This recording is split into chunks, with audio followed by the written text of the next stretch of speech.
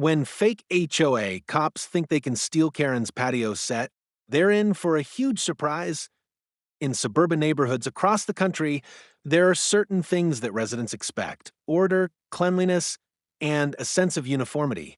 The yards are meticulously mowed, the fences are freshly painted, and even the swing sets look as if they belong to a catalog for perfect family living. There is one entity that ensures this pristine order remains intact: the Homeowners Association, HOA. It's an organization that holds power, both real and perceived, over the aesthetics and sometimes even the behavior of the residents. The HOA enforces a set of rules that its members must follow, and in neighborhoods like the one Karen lives in, these rules are considered gospel. The rules can be anything from keeping the lawn at a certain height to making sure the paint on the house is within the acceptable color scheme. It's a system that works for most people, but not for Karen. Karen has lived in this community for years, and while she maintains her home and lawn, she is not one to bend over backward for any sort of authority, especially when it comes to the HOA. In fact, Karen's relationship with the HOA is notorious. She's the type of homeowner who questions every new rule that gets passed, every fee that gets added to the HOA dues, and every mandate that she feels is an overstep. Her mailbox is painted a slightly off-white. She has a colorful flower garden that doesn't follow the usual guidelines, and her front porch has a collection of potted plants in vibrant hues, all of which have raised the eyebrows of the neighborhood association. While most of the community residents keep their heads down, following the HOA's guidelines to the letter, Karen has been known to challenge the system. She once started a petition against a new fence height regulation and managed to get dozens of neighbors to sign it. The HOA, not used to being challenged, backed off, and the fence height rule was never enforced in Karen's section of the neighborhood. This reputation made Karen something of a hero to some and a troublemaker to others. Her home was a bit of an anomaly, and for some members of the HOA, it was a thorn in the side of their carefully crafted community. One warm afternoon, the HOA sent out two of their supposed officers to inspect the neighborhood for violations, something they routinely do a few times a year. These two men were not typical HOA employees, however. They were dressed in what appeared to be official-looking uniforms, complete with insignias that looked just like those worn by real law enforcement officers. Their attire was carefully curated to give them an air of authority, with dark pants, matching jackets, and even a shiny badge that glinted in the sunlight. They looked official enough to make anyone believe they were from the HOA, but there was one problem: they weren't. These two men were not employees of the Homeowners Association. In fact, they were not affiliated with the HOA in any capacity at all. They were imposters looking to intimidate and enforce their own brand of control over the neighborhood. It wasn't clear at first what exactly their motives were, but they acted with an undeniable air of power. With clipboards in hand and confident strides, they began walking the streets as if they owned the place, inspecting every property with an intense focus. They weren't just casually passing by. Either they were noting things, marking things down, and pointing out issues that didn't seem to exist. It became clear that their sole goal was to find something to take action against, something that would make their presence feel justified, and then they found it. Karen had recently redecorated her patio. Her backyard, which was somewhat of an oasis, featured a large, stylish patio set. It was a comfortable, high-end set, one that Karen had saved up for and bought specifically to enhance the outdoor living space. It was a centerpiece of her home, a place where she often entertained friends, family, and neighbors.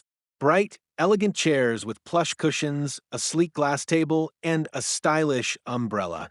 This set was something Karen took pride in. It wasn't just a set of furniture to her. It was an extension of her personality, a place where she could unwind and enjoy her own company.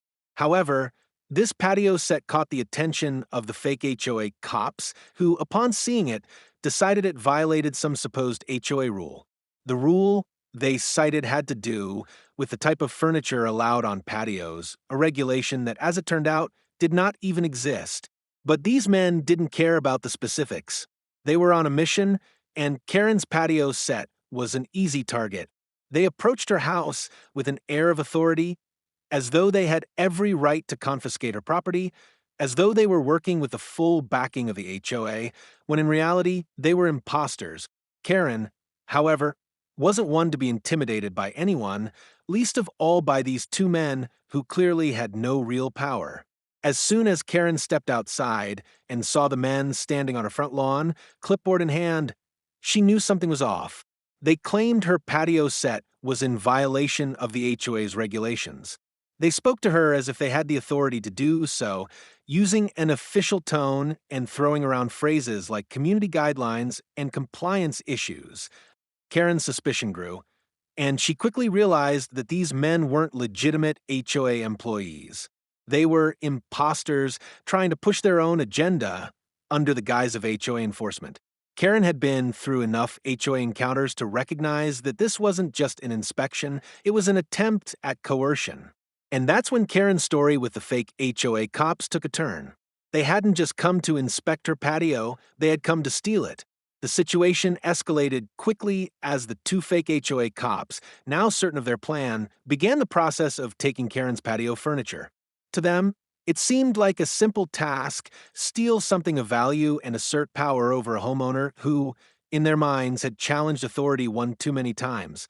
They had carefully assessed the patio set, judging it not only by its appearance but also by its value, and decided it would make for an easy grab. Their actions were calculated, driven by a desire to both intimidate and exploit Karen's reluctance to conform. After all, they reasoned the HOA had rules, and it was their duty to uphold them, rules that in their version of the story they were fully authorized to enforce regardless of the actual truth. As the fake HOA cops began to move the furniture, Karen's fury intensified.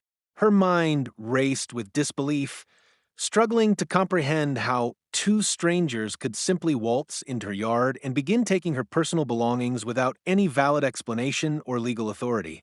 She had worked hard to purchase the set, and it was more than just a piece of furniture to her. It represented her taste, her style, and her hard-earned money.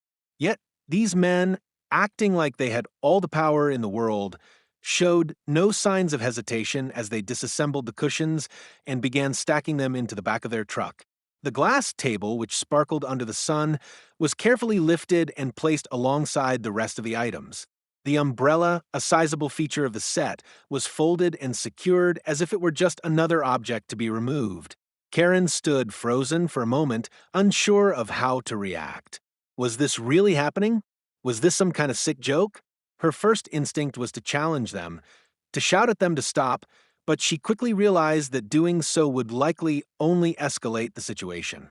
The two men, now fully engaged in the act of taking what didn't belong to them, seemed unbothered by her presence. They worked methodically, as though they were performing an everyday task, their movements deliberate and confident. They didn't even look at her, their focus entirely on the furniture they were carting off, as if it were theirs to take. Karen's frustration began to boil over. She stepped forward, her voice rising as she demanded an explanation. "What do you think you're doing?" she asked, her words laced with anger and confusion. "You can't just take my things. Who do you think you are?" The men, however, were unfazed. One of them, the taller of the two, glanced at her without breaking his stride. "We're just enforcing the rules," he said flatly, as if the matter were already settled. "Your patio set doesn't comply with community guidelines. We have the right to confiscate anything that doesn't meet the standards." He spoke with such conviction that Karen almost questioned whether he truly believed his own words. "No, that's not true." Karen shot back. "You don't have the right to take my things. You're not even real HOA officers. I know my rights. This is theft." The second man, who had been loading the cushions into the truck, shot her a dismissive glance. "Call it what you want," he muttered. "We've got the job done, and we're within our rights. If you don't like it, you can take it up with the HOA. But we're not leaving without the furniture." Karen's anger reached its peak, but she quickly realized that yelling and arguing with them would not change anything. She was standing alone in this situation, facing two men who were both willing to ignore her protests and continue their actions. They had the upper hand in this moment. At least, that's how they seemed to think. There was no sense in trying to reason with them, as they were impervious to logic or fairness. They had made up their minds, and in their view, the job they had to do was above any sense of decency or legal boundary. But even as they worked efficiently, Karen could feel the weight of the situation settling in. Her patio set, once a source of pride, was being carted away like a common piece of junk. It was as though her personal space, her privacy, was being invaded and dismantled right before her eyes. She could hardly believe how easily they had taken control of the situation, how quickly they had convinced themselves that what they were doing was justified. As the men finished loading the last of her furniture, they began to close the truck doors, preparing to leave. Karen, now standing there with her hands clenched in fists, watched helplessly as the truck's engine roared to life. The scene felt surreal, as though it was happening to someone else, not her. The truck began to pull away, and it wasn't until it was several yards down the street that Karen's shock began to turn into a focused, burning anger. She didn't know exactly what to do next, but she knew she couldn't let this go. In the meantime, a few of her neighbors who had been watching from their own homes or cars started to take notice. The street, usually quiet and peaceful, was alive with murmurs as people turned their heads to follow the unfolding drama. One neighbor in particular, who had lived across the street from Karen for years, saw what was happening and immediately recognized that something wasn't right. This wasn't the usual HOA inspection, nor was it standard procedure for the community. The neighbors exchanged confused glances, some of them stepping outside to get a closer look. It was clear that the act of taking Karen's patio furniture wasn't going unnoticed. Karen's blood was still boiling as the truck disappeared down the street, but her frustration was now mixed with a sense of helplessness. How could this happen?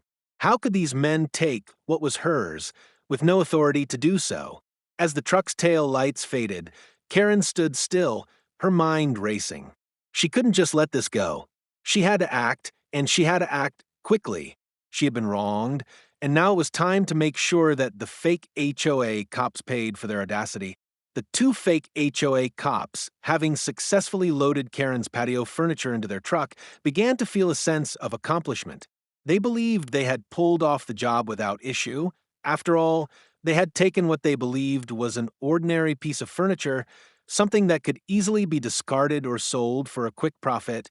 They had intended to teach Karen a lesson about breaking community rules, all the while thinking of her patio set as a simple target. However, as they continued to drive away from the neighborhood, the weight of their actions slowly began to settle in. Initially, neither man had given much thought to the true value of the furniture they were carting off.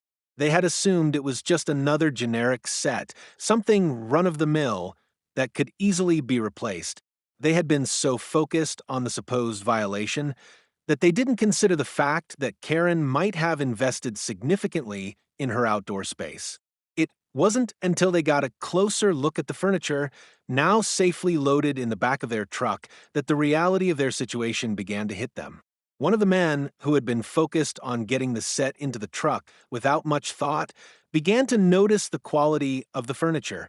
The chairs were crafted from high-end materials, with that looked like teak, cushions made from durable, weather-resistant fabric, and even a sleek glass table that appeared to have been custom designed. The set wasn't just stylish, it was clear that it was a premium piece of furniture. He realized that it was far more valuable than he had initially thought. In fact, it wasn't just expensive, it was designer quality, something that might cost a small fortune. The realization hit him hard. He had seen similar sets in high-end furniture stores, but he hadn't expected Karen to own something like this. As he processed the information, a wave of doubt began to rise within him. They had just stolen a significant amount of money's worth in furniture, and he couldn't help but question what they were actually doing. The set wasn't just a violation of some trivial guideline. It was something of value, and he had just helped steal it. He began to have second thoughts. What if someone recognized the furniture? What if Karen reported it to the real HOA, or even the police? What if they ended up getting caught? His stomach tightened at the thought. The guilt started to creep in, and his initial sense of invincibility began to fade. This wasn't just a simple mission to enforce rules. They were now in possession of stolen goods, and the consequences of that were suddenly becoming far too real. The second man, however, was completely focused on getting away and moving on with their plan. He had a single-minded determination to get the furniture out of sight and avoid any further complications. To him, this was a job, an easy job, and the sooner they disposed of the furniture, the sooner they could move on to whatever came next. The idea of regretting their actions never crossed his mind.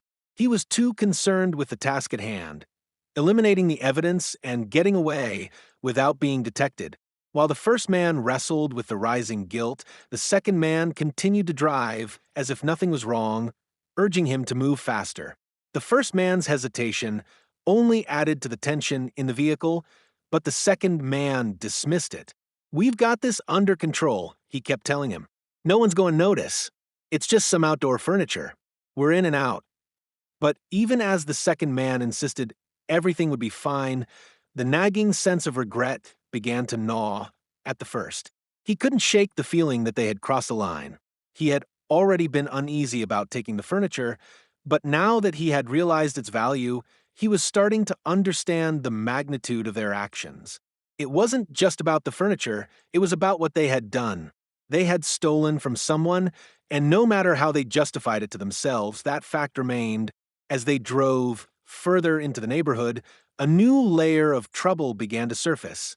They were spotted. A neighbor, who had witnessed the entire scene unfold from a distance, had been paying attention. This wasn't just any neighbor, it was someone who knew Karen well, someone who had been close enough to recognize her patio set, and someone who wasn't afraid to speak up. The neighbor immediately became suspicious of the two men, wondering who they were and why they were taking Karen's furniture. The neighbor had seen the two men in their official uniforms and assumed they were with the HOA, but something didn't sit right. They had acted too quickly, too efficiently, and there had been no explanation of what they were doing. The man had known Karen for years, and he knew she took great pride in her backyard. He knew the quality of her patio furniture. It wasn't the kind of set that was simply discarded for a minor rule violation. The thought struck him, this doesn't feel right. At first, the neighbor decided to keep an eye on the situation, but as the truck began to drive away, the pieces started to fall into place. He didn't recognize the two men, and the lack of any clear explanation or paperwork only raised more questions. That was when the neighbor made a snap decision. He would call Karen and let her know what had happened. Meanwhile, the first fake HOA cop was becoming more and more uncomfortable. He could see the neighbor's suspicious gaze from a distance and realized that their plan was already starting to fall apart. The last thing he wanted was to have someone dig into their actions, especially now that he was beginning to feel the weight of his own regret. The truck sped up, but the first man couldn't shake the feeling that they were being watched, and that soon, Karen would find out what had happened. And when she did, things would get a lot worse for both of them. The regret that had started as a small seed now began to grow, pushing aside the rationalizations and justifications that had previously allowed them to feel in control. What had started as an attempt to assert authority had quickly turned into a dangerous game of cat and mouse. They were no longer just moving stolen goods, they were on the verge of being exposed, and with exposure came the very real possibility of facing consequences far beyond anything they had anticipated. After the fake HOA, cops drove off with her patio set. Karen's first reaction was shock and disbelief. She stood frozen in her yard, staring at the empty space where her prized patio furniture had once been. She couldn't comprehend what had just happened. It wasn't just about the furniture. It was the violation of her personal space and the blatant theft that left her feeling vulnerable and powerless. But Karen was not the type to stay passive for long. She wasn't going to let these men get away with their actions, no matter how they had tried to justify their behavior. Karen knew that silence would only empower them, so she immediately sprang into action. Her first move was to call her lawyer. This wasn't just a matter of a stolen patio set, it was a matter of her rights being trampled on. The moment she realized that the two men were imposters and not legitimate HOA officers, she knew she had to take swift and decisive action. She had dealt with legal matters before, and she understood that the sooner she got the right authorities involved, the better. She dialed the number of her attorney, outlining what had happened and explaining the situation as clearly as she could. Her lawyer, already familiar with Karen's feisty reputation when it came to standing up for herself, immediately took the matter seriously. He advised her to file a formal report with the actual HOA, explaining the theft and making sure that the association knew what had transpired. He also suggested that she keep track of all the details and any communication related to the incident, as this would be critical for any potential legal proceedings. Karen understood that she was dealing with something far more serious than just a stolen piece of furniture. This was a matter of fraud and theft, and she wasn't about to let the culprits walk away without facing consequences. In addition to involving her lawyer, Karen knew she needed to rally support from her neighbors. She had lived in the neighborhood for years, and while not everyone knew her personally, many of the residents were familiar with her. Over time, Karen had become a figurehead for those who believed in challenging the HOA's authority and fighting against unreasonable regulations. She had always been vocal about her disagreements with the association's overreach, and she had earned the respect of many of her neighbors in the process. Karen took to her phone and began reaching out to those she knew would be outraged by what had happened. She texted several neighbors, explaining the situation and letting them know that her patio set had been stolen by two men posing as HOA officers. It didn't take long before people started expressing their disbelief and frustration. Some neighbors couldn't believe what they were hearing, while others were quick to offer support, promising that they would back her up in any way they could. One of the neighbors who had witnessed the theft firsthand immediately agreed to step forward as a witness. This neighbor had seen the two men arrive in the neighborhood and had even noticed their strange behavior. He had suspected that something wasn't right, but hadn't acted immediately. Now, with the patio set gone, the neighbor realized that he couldn't remain silent. He was ready to testify to what he had seen, knowing that it would help Karen's case. Karen's efforts didn't stop there. She posted on the neighborhood's online forum, warning others about the incident and urging anyone who had witnessed the theft to come forward. The response was overwhelming. More neighbors began to share their concerns, with some mentioning that they, too, had seen the men acting strangely, even questioning their authority. Karen's post went viral within the neighborhood, and soon enough, it wasn't just a small handful of people rallying behind her, it was a united front. The collective outrage over the theft fueled a sense of solidarity among the residents, and Karen was no longer fighting this battle alone. The real HOA, upon receiving Karen's complaint, took immediate action. The association sent out a formal response, apologizing for the actions of imposters and expressing their shock and regret over the situation. They assured Karen that they would investigate the matter and take the necessary steps to ensure that such an incident would not happen again. They also offered to assist her in recovering the stolen furniture, promising that they would work closely with law enforcement to track down the individuals responsible.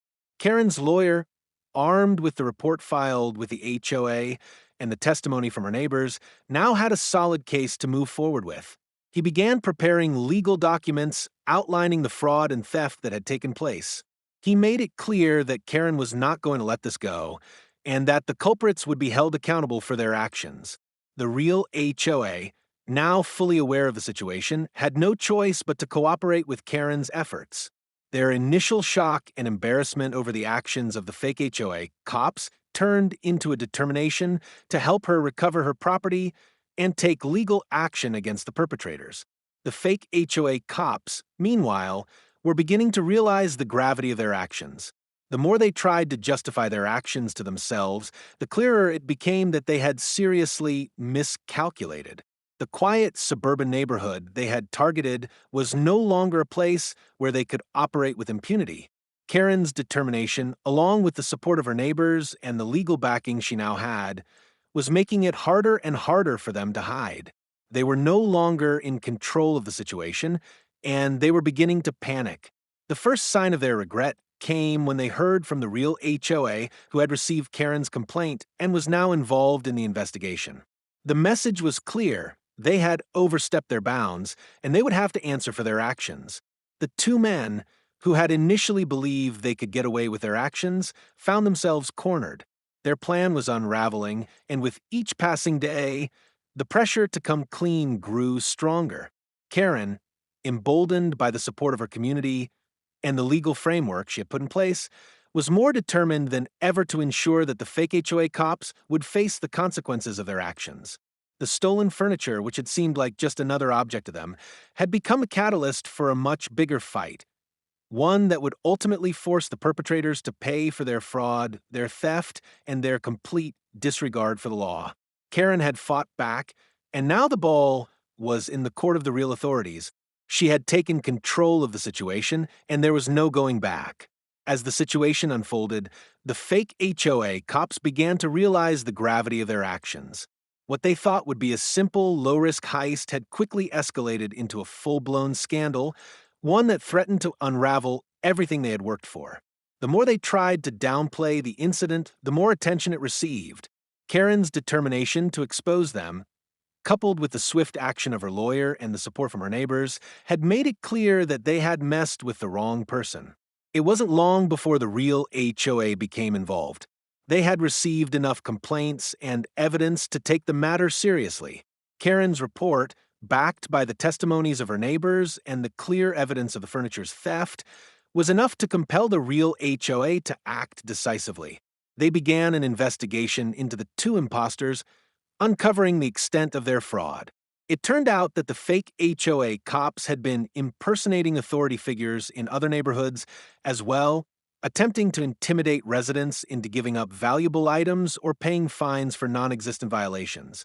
The HOA quickly realized that they had a bigger issue on their hands, one that required not just legal action, but a public resolution to restore trust and maintain their credibility. In response to the mounting pressure, the real HOA took swift and decisive action. They issued a formal statement to the entire neighborhood acknowledging the theft and outlining their plan to recover the stolen property. The HOA also promised to work closely with local law enforcement to apprehend the two men and ensure that they were held accountable for their actions. The association made it clear that they did not condone the actions of the fake HOA cops and would do everything in their power to rectify the situation. Karen, meanwhile, had become the unofficial hero of the neighborhood. Her courage in the face of adversity, coupled with her unwavering commitment to reclaim her property, had earned her the respect and admiration of her neighbors. They rallied around her, supporting her every step of the way as she navigated the process of getting her patio set back. The sense of community was palpable, with people eager to help Karen and make sure that the fake HOA cops faced the consequences of their actions. As the investigation progressed, the fake HOA cops found themselves in an increasingly precarious position. Their lies were exposed, and the truth about their fraudulent activities became undeniable. The real HOA, now fully aware of the scope of the scam, moved to resolve the matter in a way that would send a clear message to everyone in the community: such behavior would not be tolerated. The fake HOA cops were called to a meeting with the HOA leadership where they were confronted with the evidence of their wrongdoing. It became clear that their attempts to justify their actions had been nothing more than feeble excuses. In a stunning turn of events, the real HOA demanded that the fake HOA cops publicly apologize to Karen and the entire neighborhood for their actions. The HOA insisted that the apology be made in front of the community as a means of demonstrating accountability and restoring a sense of justice. The two men, now realizing the full extent of their mistake, had no choice but to comply. Their arrogance and sense of invincibility had been shattered, and they were forced to face the consequences of their fraudulent behavior. The day of the public apology arrived, and the entire neighborhood gathered to witness what would be the ultimate resolution of the situation. As the two fake HOA cops stood before the crowd, their heads bowed in shame, Karen felt a sense of vindication. The men who had thought they could intimidate her into submission were now publicly acknowledging their wrongdoing. The apology, though awkward and insincere, was a necessary step in the process of reclaiming her dignity and property. The crowd, filled with neighbors who had supported Karen from the start, watched as the men mumbled their apology, their words lacking the conviction that Karen had hoped for. But to her, the apology wasn't as important as the victory she had secured. As the fake HOA cops apologized, Karen couldn't help but feel a sense of satisfaction. She had stood her ground when others might have faltered. She had fought for what was right, and now, with the support of her community, she had emerged victorious. The real HOA had done what they needed to do to make things right, and Karen's patio set was finally returned to its rightful place in her yard. The fake HOA cops, meanwhile, had learned a hard lesson. They had underestimated Karen's resolve and overestimated their ability to get away with their fraudulent actions. In the end, they had made a grave mistake. They had messed with the wrong person, and the consequences of their actions were now painfully clear. The neighborhood had rallied around Karen, and the fake HOA cops had been exposed as frauds. They had lost their credibility, their sense of power, and their dignity. No amount of apologies could undo the damage they had caused. As Karen walked away from the event, her head held high. She knew that this was not just a personal victory, it was a victory for the entire neighborhood. The incident had brought the community together in a way that few other events had, and it had shown everyone that standing up for what was right could lead to real change. The fake HOA cops had thought they could break Karen, but instead, they had awakened a sleeping giant. And in the end, it was Karen who walked away with the ultimate victory, knowing that justice had been served. Don't miss out on more incredible stories. Subscribe to Expect Stories now for your daily dose of drama and suspense.